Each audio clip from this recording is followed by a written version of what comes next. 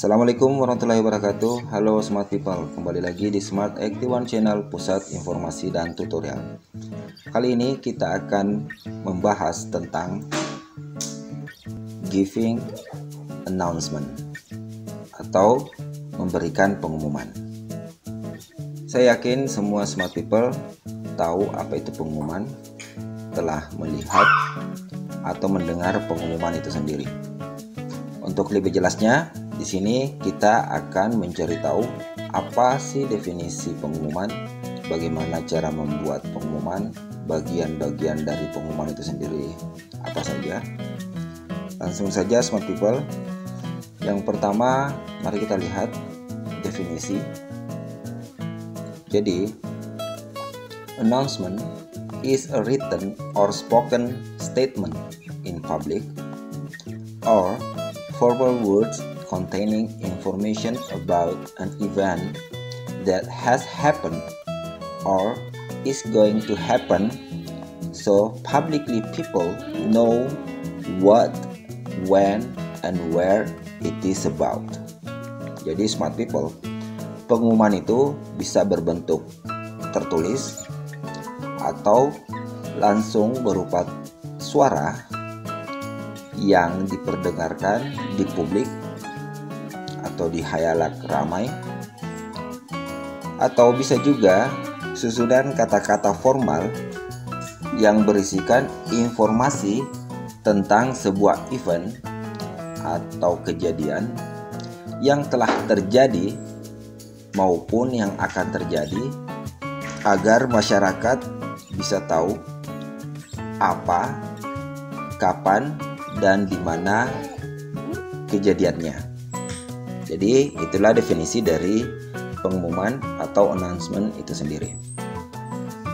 Selanjutnya, mari kita lihat jenis-jenis pengumuman yang ada di sekitar kita.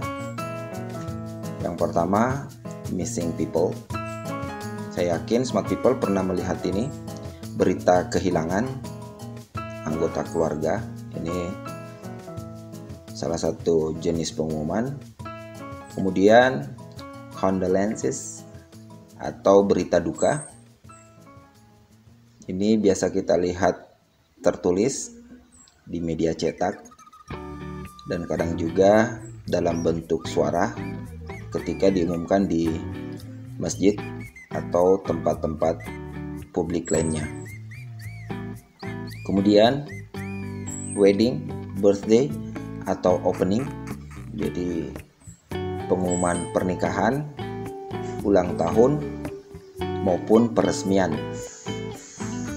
Ingat Smart People, announcement itu berbeda dengan undangan. Kemudian winner announcement atau pengumuman pemenang. Lalu ada vacancy atau pengumuman lowongan kerja. Kemudian advertisement, pengumuman iklan. Lalu report, pengumuman laporan kegiatan. Ini bisa kita lihat di desa-desa atau di kantor desa. Biasanya mereka akan membuat semacam baliho laporan penggunaan anggaran atau laporan anggaran di desa tersebut.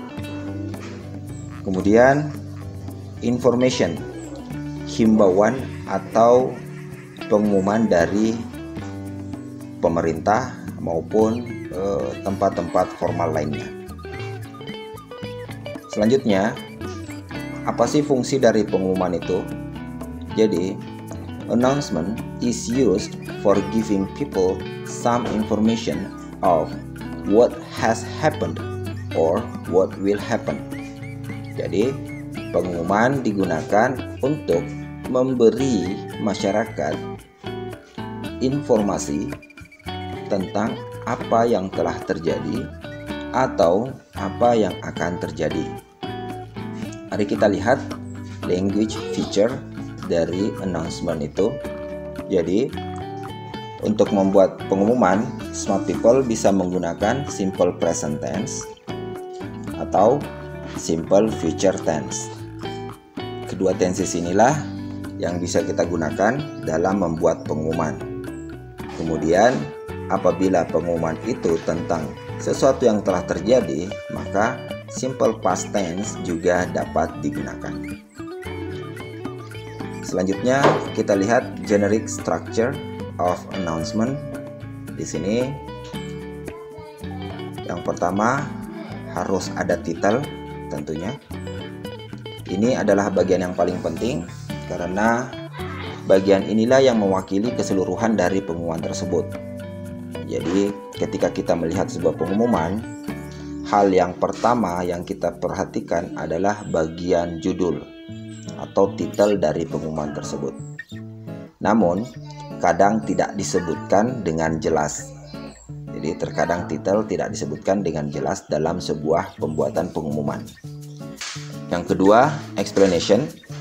Di sini merupakan penjelasan lebih lanjut tentang pengumuman tersebut. Biasanya terdiri dari informasi dasar yang mencakup jenis kegiatan, waktu, tempat, dan partisipan.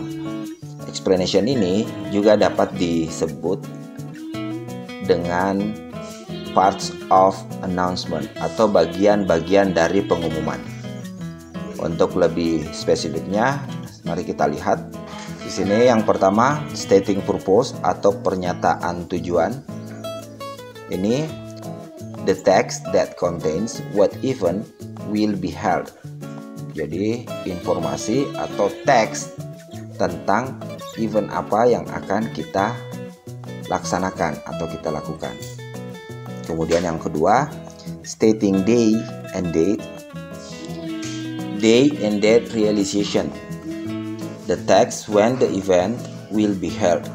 Jadi ini berisikan tentang hari dan tanggal kapan kegiatan atau event yang kita umumkan itu akan dilaksanakan. Yang ketiga, stating place. The text that contains where the event will be held.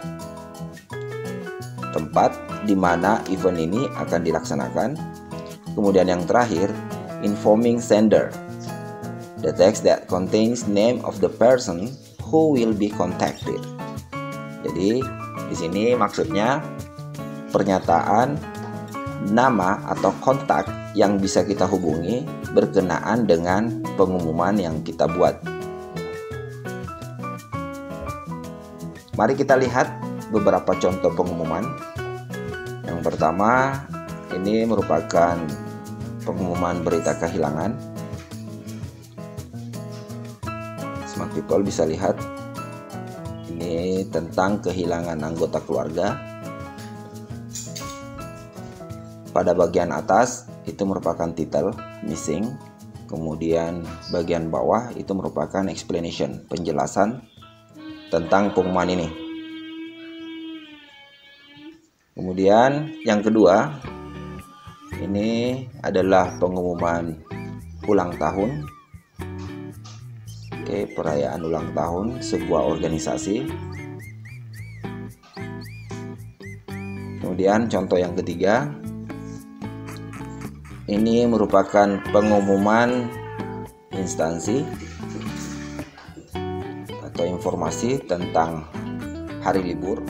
Itulah 3 contoh pengumuman dari sekian banyak pengumuman yang sering kita jumpai dalam kehidupan sehari-hari.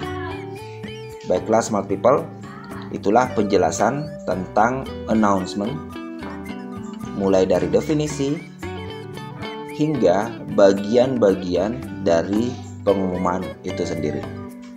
Untuk mempermantap pemahaman smart people sekalian, mari kita berlatih. Di sini di bagian practice, yang pertama, silahkan smart people identify the parts of announcement that you see above. Jadi silahkan identifikasi bagian-bagian pengumuman yang telah smart people lihat barusan dalam contoh. Jadi silahkan smart people screenshot pengumuman ini. Yang pertama,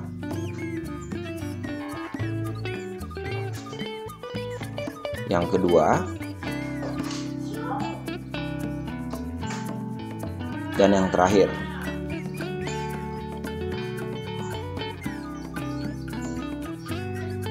kemudian untuk tugas yang kedua, silakan smart people make your own announcement. Silahkan buat pengumuman kalian sendiri. Jadi smart people silahkan buat sebuah pengumuman tentang apa saja. Jadi smart people boleh memilih dari beberapa jenis pengumuman yang telah kita bahas di awal. Kemudian buat versi kalian dengan memperhatikan aturan yang telah kita bahas di awal tadi. Ingat, smart people, practice makes perfect. Sekian, assalamualaikum warahmatullahi wabarakatuh.